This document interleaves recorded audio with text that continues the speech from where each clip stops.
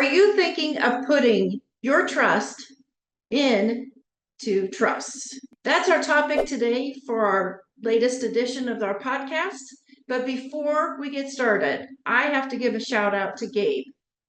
I was back home, so to speak, in Lincoln, Nebraska over the weekend, and I went back to an old favorite fast food restaurant. It's one that's just in that area. Anybody who lives in the Nebraska area is probably familiar with Runza. I'd been at the football game and smelling Runzas all day long, but it was so hot I didn't even want to try one during the game. That said, decided to go through the drive-through on 56th. Many of you are familiar with this location, and was greeted by one of the most amazing friendly voices on the other end. And that's not typical anymore necessarily when you go through drive-through. So my order was taken. I get up to the window. This very vibrant, I say young man because he was, in my world, he's young, and greeted me. Same person that was on taking my order, which isn't always typical. And he turns to me and he says, "How was your day?" And that's pretty typical, right? I said, "Great." I always try to answer great, even if it's not great, because you just never know what the upside's going to be. So I said, "Great, been a fun day." I said, "How's yours been?" He says, "It's been crazy." And he said it with almost that much inflection in his voice. And he says, "It's been crazy." And I says, "Yes, I know. Football Saturday, things have been kind of nuts. Although I'm kind of looking around and there's no one else in line. So wasn't quite sure what perspective to put this comment into." And he says, "No." He says, "It hasn't been so crazy here." He says, "Last night I was at my high school football game. I go to Lincoln Northeast," he said. "I was at the high school football game and we won for the first time in the last, I don't remember what the losing streak is. It's almost 2 years.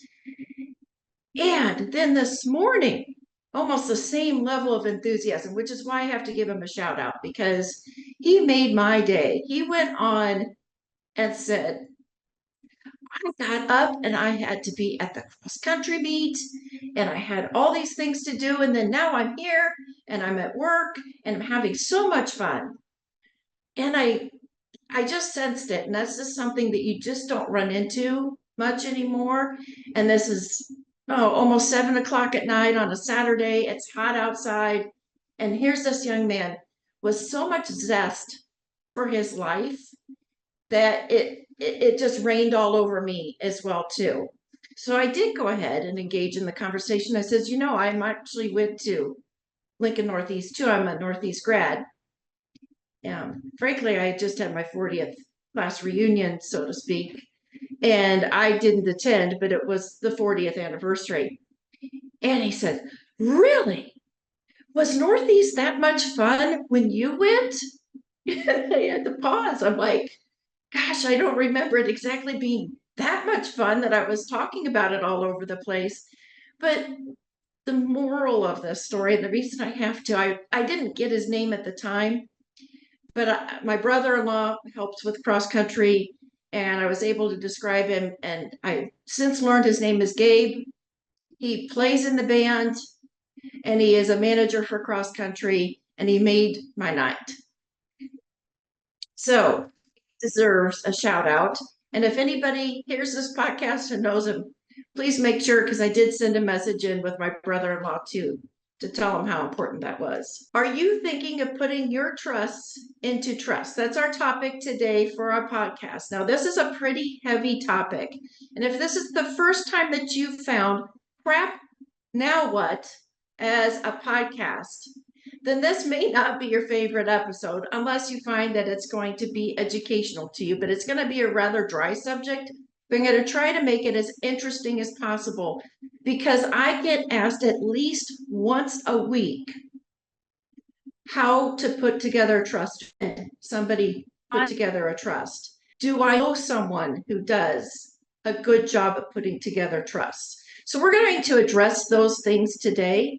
For those of you who've listened to other episodes, you probably already know this, that one of the approaches that I have with this podcast is interweaving personal and feelings and emotional along with how our finances are tied to our life.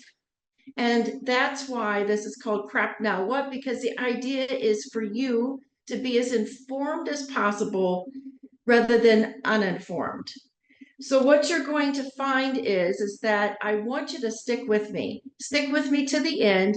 If you're catching just bits and pieces of this on some of our other social media, go back and read a few others, listen to a few others, so that you can kind of weave these together, these concepts together, and get the spirit of this. Because, like I said, I'm very passionate. If you didn't catch the Gabe story, I'm very passionate about life and helping people as much as possible and helping to bring relevant information about different slices in the financial world. Now, that said, too, I am not an attorney. I don't want to be an attorney. That is just not the path I went. I went business school and everything else along those lines. I went heavy into accounting and finance. And then, of course, I have my professional financial slice of the world. Everything that I'm going to send and share with you as we go through this topic today, I'm going to back it up with the sources that I got it from so that you can look it up yourself.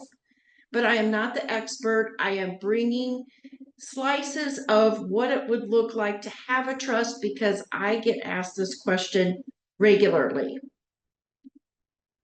So the way to do this, we're going to end this podcast with tips on how to find the right sources for trusts.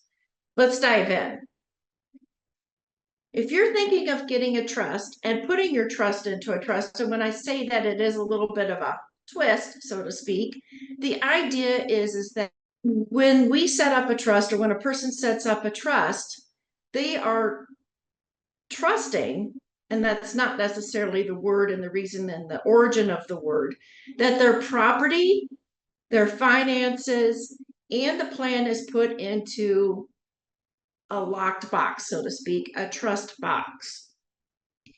So the crap now what, when we start to look at where a trust fits into why emotions go with a trust, is that if ever, and there's going to be more and more people like myself, more and more people as the baby boomers move through, this generation moves through, that are going to be finding themselves putting together the pieces from somebody that perhaps didn't do the planning.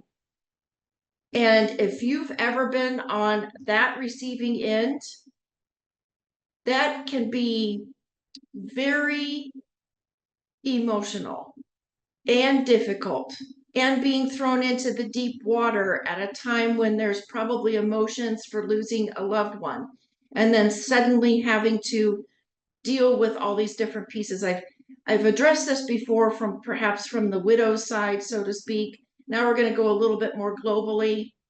So sometimes when people are looking at the idea of putting together a trust, they're approaching it from the fact that my personal experience, I didn't have fun being on the receiving end. I want to make it better for my family. And that's something I'm passionate about, and part of the reason why I think this is another very relevant subject, because it's not just about the money and saving on taxes, which is a very good reason to have a trust, but it's also about the emotional side and caring and loving your family enough to take the time to do the planning to make their life easier. I'm very passionate about that. The other reason why people consider trusts is because suddenly we find out that really a will isn't enough. And I'm approaching that statement because I'm very clear, and I'm going to come back to you at the end of this and remind you, if you don't have a will, you should get a will. However, if you just have a will, which again is better than nothing, of course, that still doesn't solve all the headaches for your beneficiaries, for your family, for whoever is going to be inheriting, because there is something that we're going to talk about. And it doesn't necessarily mean that everything's clear and clean with just a will. A trust does better. Let's back up with some stats. When it comes to being informed versus uninformed, the idea is that a will is not enough. It's a band-aid. A trust is more like a financial health exam. Now let's look at how many people have really gone through the work to do anything, put on a band-aid, or even have the financial health exam. According to LegalZoom.com, only 33% of adults have documented some sort of end-of-life plan. This was in 2021, coming off of COVID even. People had a lot of time to do some planning in COVID, just saying. That's a little sarcastic and a little tongue-in-cheek, but for those of you who've listened to any of my other podcasts, you know that sometimes I throw these out there. That said, of the 33%, so that's 1 in 3 households, that's not bad, but could be a lot better. We're responsible adults, right? 75%, actually they said 75.12% have done wills, 18.78 or 18, almost 19% have done trusts, and another 6.1% have nominated a guardian for their children. I'd circle that number. 6% were parents not having a plan as to who's going to step in and having that laid out. Yeah, I'm going to come back to that as a call to action. There's a lot of reasons why this is an important topic. Now, we started off on this in trust, we're going to stay in trust, and so let's talk about why I'm passionate about engaging in the idea of setting up a trust. Trust versus wills. I mentioned the word probate. Probate is a legal process. So when we start to talk about the transfer of assets over, a will help point it in the right direction and assign where it needs to go. However, a will needs to go through probate. And what is that it's a legal process of administering the deceased person's, which we're just going to be real, estate. So somebody's passed on, they've got a will, now it's a process. The process that it goes through is validation of the will. Is it valid? Appointing a person, an executor, to manage the estate. If that's not already laid out, then that definitely has to be handled. There's an inventory of assets, the paying of debts and taxes, and distributing assets. So in many cases, and I don't mean to skim over that last one of distribution, but did you notice it's the last one in the process? In many cases, and I have a guest that's going to be on at some point is going to talk about their own personal experience being on the back end of this. I've worked with other people who've had these same challenges. In a lot of cases, eventually, the beneficiaries need to engage with an attorney to go through the process of executing the will, getting it into place. There's where the validation comes in. In some cases, and I'm not the expert on this, but I've seen it happen before, in some cases, there needs to be something printed in the newspaper as part of the process to see if there's any outstanding debts and expenses that the deceased left behind that are unknown, so that those can be taken care of to clear the estate. That's part of the reason why we should entertain the idea of a trust. What happens sometimes, and we're going to also talk about pre-planned funerals at another date, if a funeral's not prepaid, this is a live example. I'm just, well, kind of a pun there on the live example, but this is a real life example of what can happen. Expenses for a funeral need to be paid. And oftentimes, because of this probate step,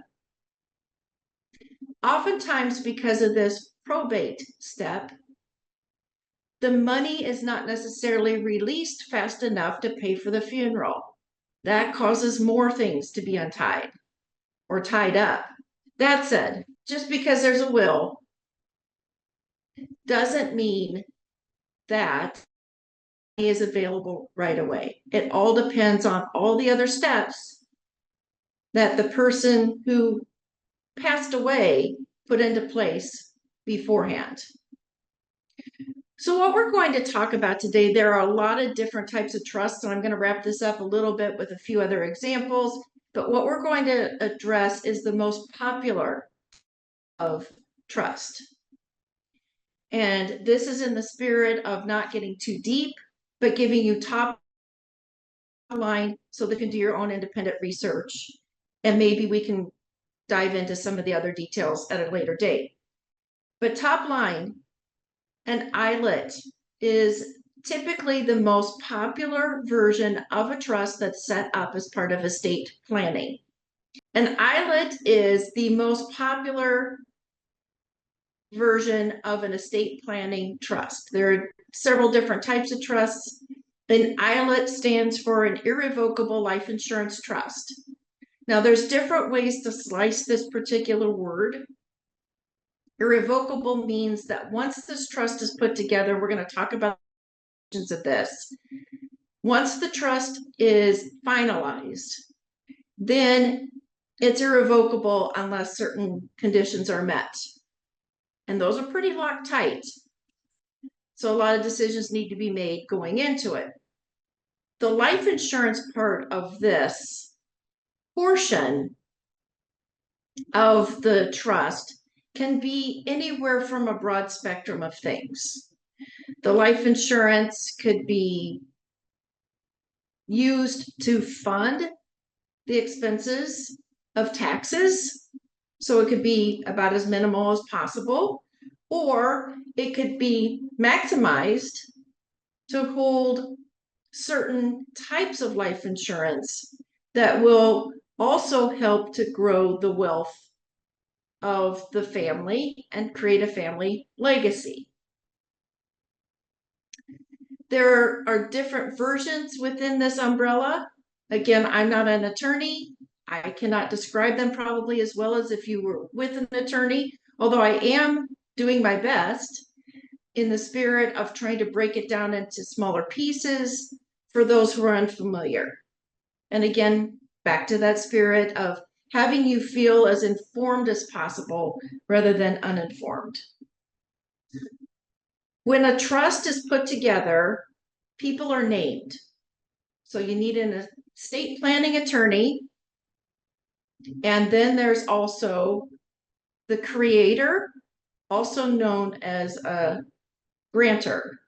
I'm, again, trying not to use too much legalese, but it's essentially the creator of the trust. And then there are trustees. And the trustees are people that manage the property within the trust. So it's not typically the attorney at this point.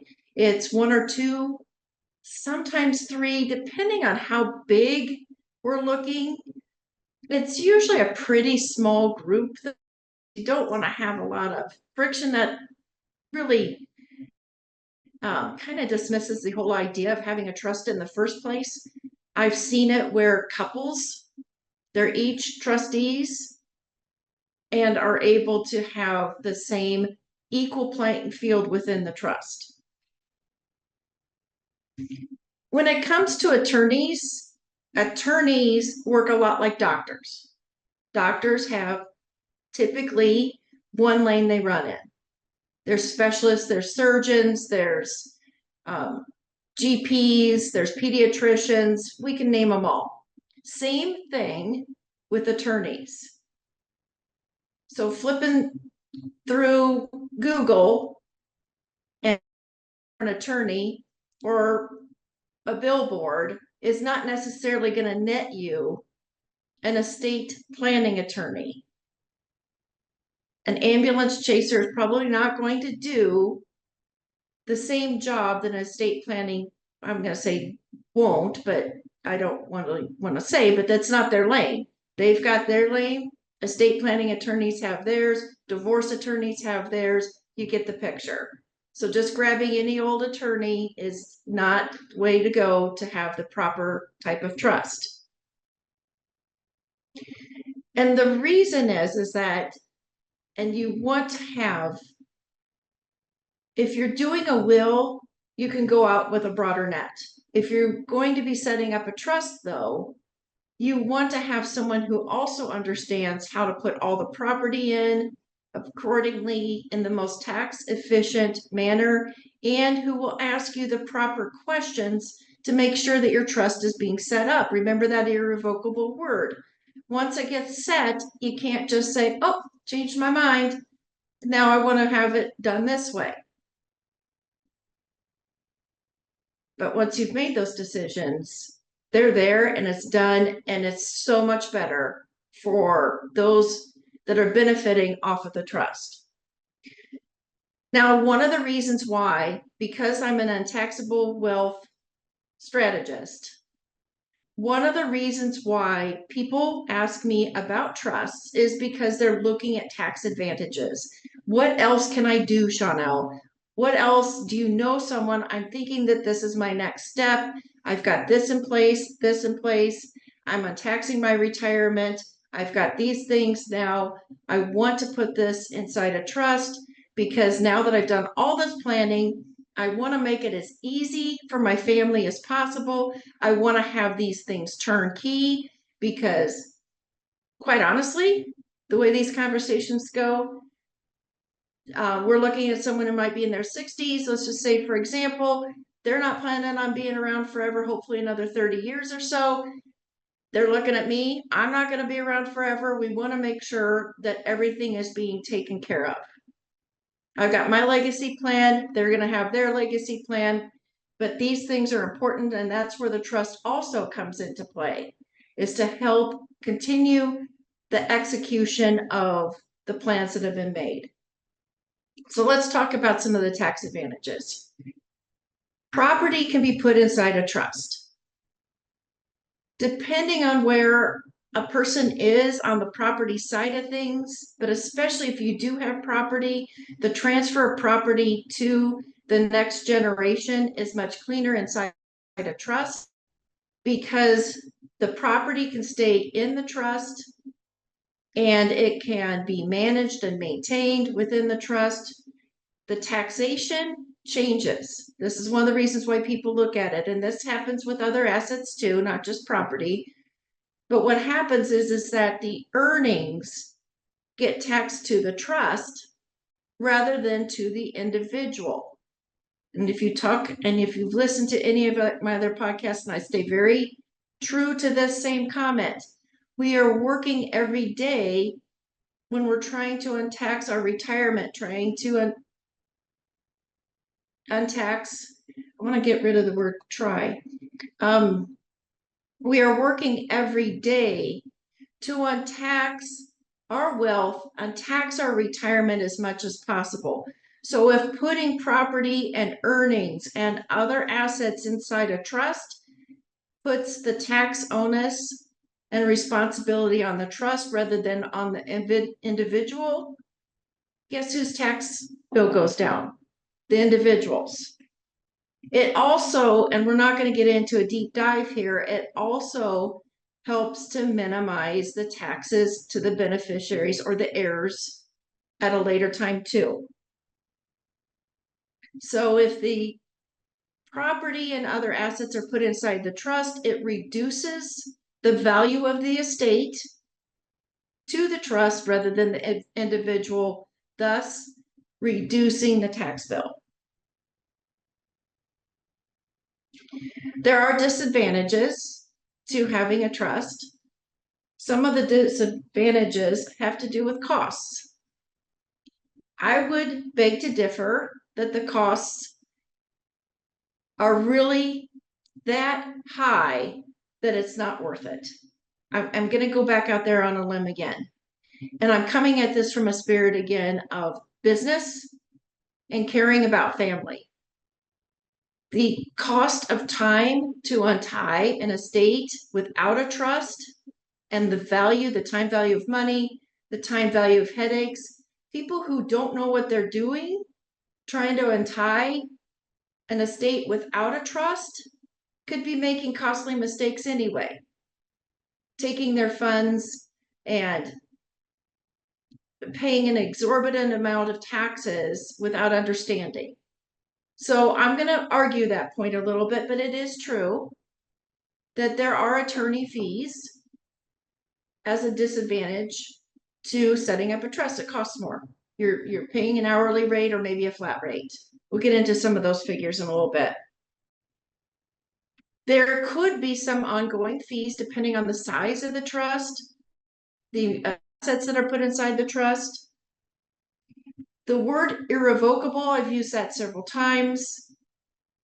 Once the trust is put together, like I said, you cannot necessarily, without meeting certain criteria like time, the number of votes, and all the different things that would need to be made, and have an impartial person. It all depends on the guidelines. I've read several different things. The long and the short of it is irrevocable means irrevocable. And a grantor cannot necessarily say, oh, I want to change this very easily unless it has to do with managing the property and the assets within the trust. In some cases, those options do still remain. A grantor gives up ownership to the trust. So some very well thought out decisions need to be made because the ownership goes to the trust. That's the whole purpose of it, is to transfer that over, but it also does transfer part of the decision making.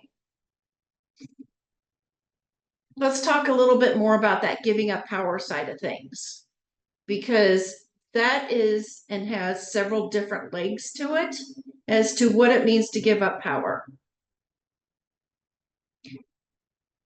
For instance, if property is put inside a trust, this is an example that I read, I believe through LegalZoom. If property is put into trust and the property value goes up, say a whole bunch of fixer-uppers were purchased, put inside the trust because the idea is that they're going to be rental income down the line.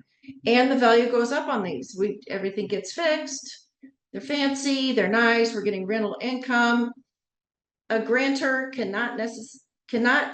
typically cannot, I don't know the legal way to say this, but when I read it, they're saying a grantor cannot regain the property at less than current market value. So let's say the grantor decides, okay, I want to take the property out of the trust. I don't know exactly what reasons why a person would want to do that necessarily, but they can't take it at the original amount and glean the profits off of the property. If a grantor or a trustee in the trust would like to borrow money from the trust for another investment or something else along those lines, they are unable to borrow money at lower than current market prices. In other words, the trust cannot loan money at a lower amount to any interested party than what they would make somewhere else. The responsibility is to do the best to build the trust and grow it as much as possible. So no sweetheart deals. If a loan is taken from the trust, it's required to be secured. So those assets need to be secured. And in most cases, from all the research that I've done, I'm not the expert on this particular point, the loans have to be paid and repaid by the end of the calendar year. So you certainly don't want to be borrowing money in November, for that matter, it sounds like. I mentioned before, the power to revoke really kind of goes away. There's a lot of stipulations. I felt like I was way down deep into a rabbit hole, and those stipulations would be specific to the particular trust anyway, so I did not dive any further than that, but I gave you a couple of examples. And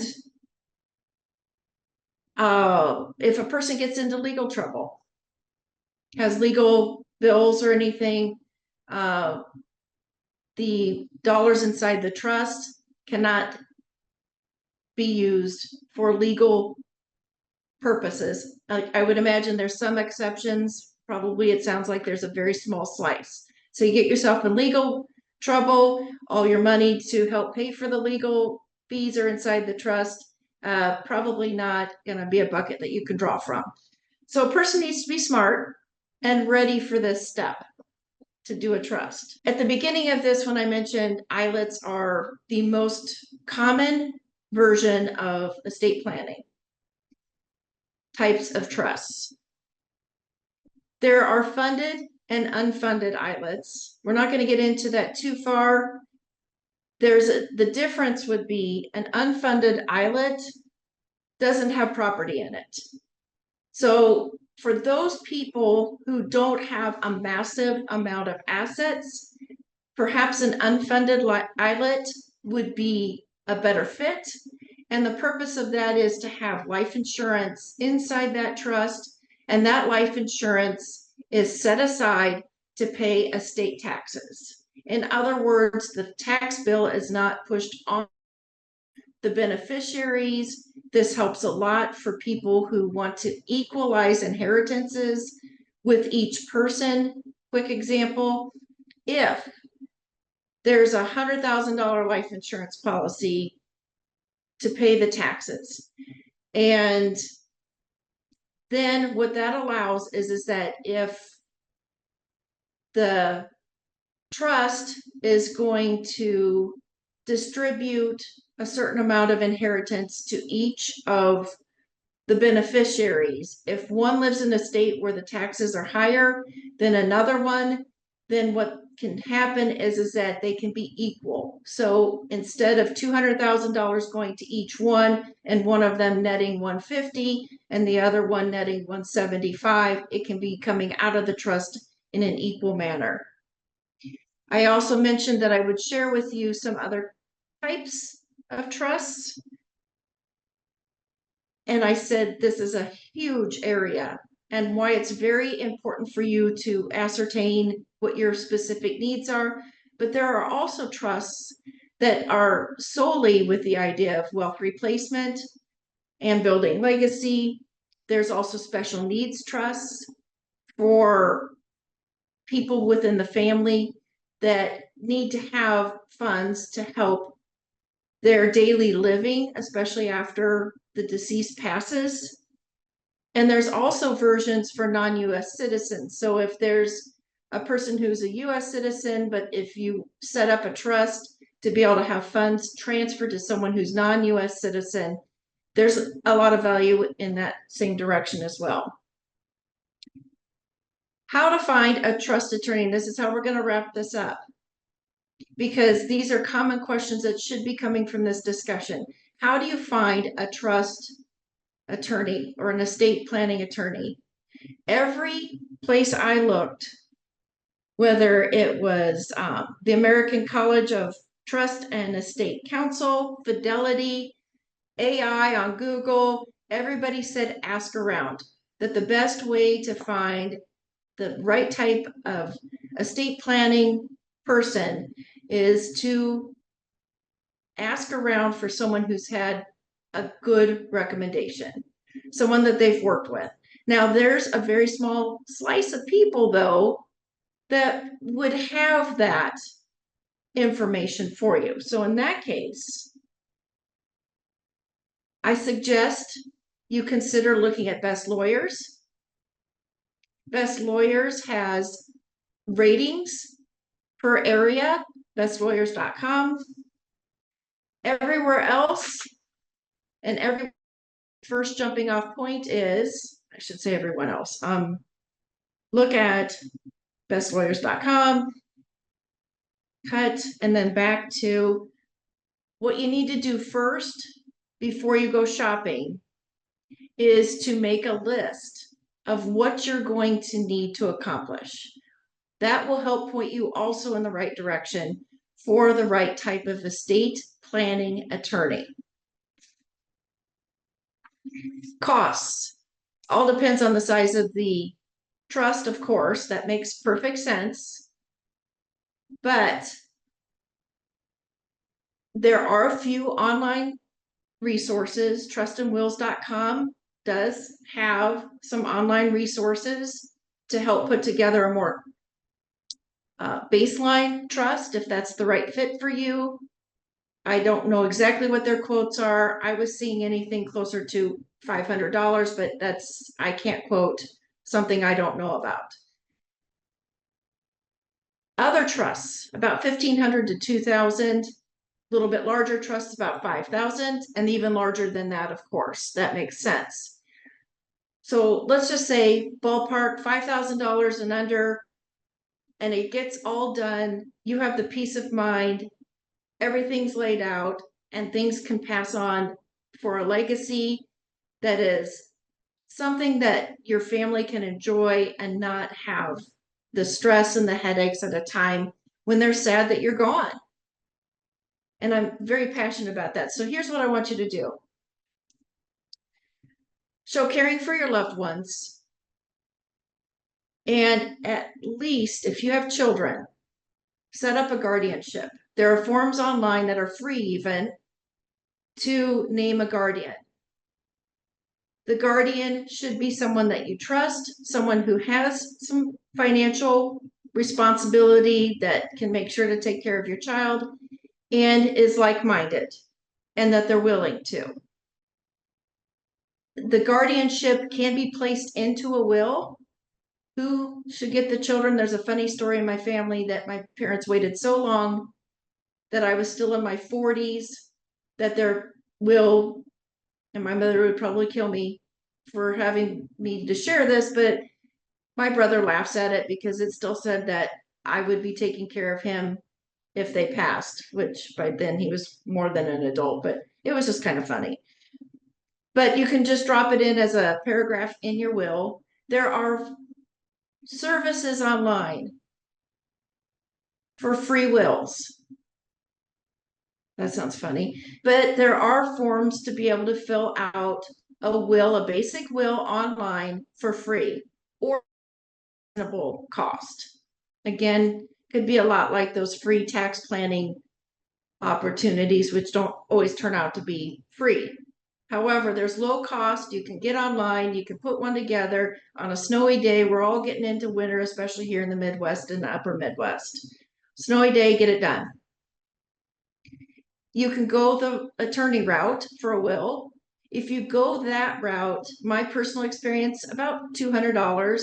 But at the same time, a power of attorney was also put together because they kind of run together for medical health. So now my adult children have copies that they can take if and when, hopefully more if, there need to be medical decisions made on my behalf. They have the documents to say, okay, we can make these decisions. And that all comes as a package. So that's another option to look at. And again, please consider the idea of a trust, do your own research, and look for the appropriate type, but at least educate yourself. And hopefully this podcast has helped you to learn more about trusts. And you'll come back again to crap. Now what? We're going to keep taking slices of life. And if you like this, please share it with someone. Obviously, I'm taking slices from recommendations and questions I get asked out in the field and people that I'm meeting every day. If you've got any requests, would love to hear them. Again, if you like this, please follow, please share. Please go out to our other social medias with Blazing Star Wealth Strategies, go blazingstar.com, anything else Blazing Star on Facebook, Instagram, the followers. I have to believe that some of this resonates with you and that it's of value for others because I get asked these questions every day. I'll be sharing this particular episode with people in the future as well. If you also have other requests for some of our workshops and things, we are putting together a library for on demand, but that's still under development. And this is our main platform at this point. I want to thank Michaela and Hans from Ren's Marketing that helped me put this together and keep me motivated. Caleb from Sal Media, who helps to edit and post, and everybody works together as one smooth machine. And thank you to any of my listeners and all of my clients and my family. I want to tell you, you live one life. And whether we're talking about your mental health, physical health, emotional health, or financial health, you have one life. And we all have moments where sometimes we take that close, deep dive and we have to pull up on that yoke to take ourselves out of it, but they're all interrelated. Make the most of it. Okay. So if you're still listening to this podcast at this stage, this is the boring stuff. This is the disclaimer. And I'm doing this because, yes, I do care about who you are and what you do with your money. And I'm going to be here to help give you some ideas. However, these are just ideas, they're theories. Sometimes these are ideas that are coming into my head based on what's going on in the world at this time. And they're not necessarily specific financial advice. I do encourage you, if you decide to do anything with your money, make any changes, seek the advice of a professional. You're welcome to follow up with me or with someone else and make sure that what you're doing is something that fits with you, your lifestyle, your finances, and it's a strategy that's specific to you. Again, these are ideas and concepts. Do not necessarily take these as specific financial advice and follow it directly without having a full education.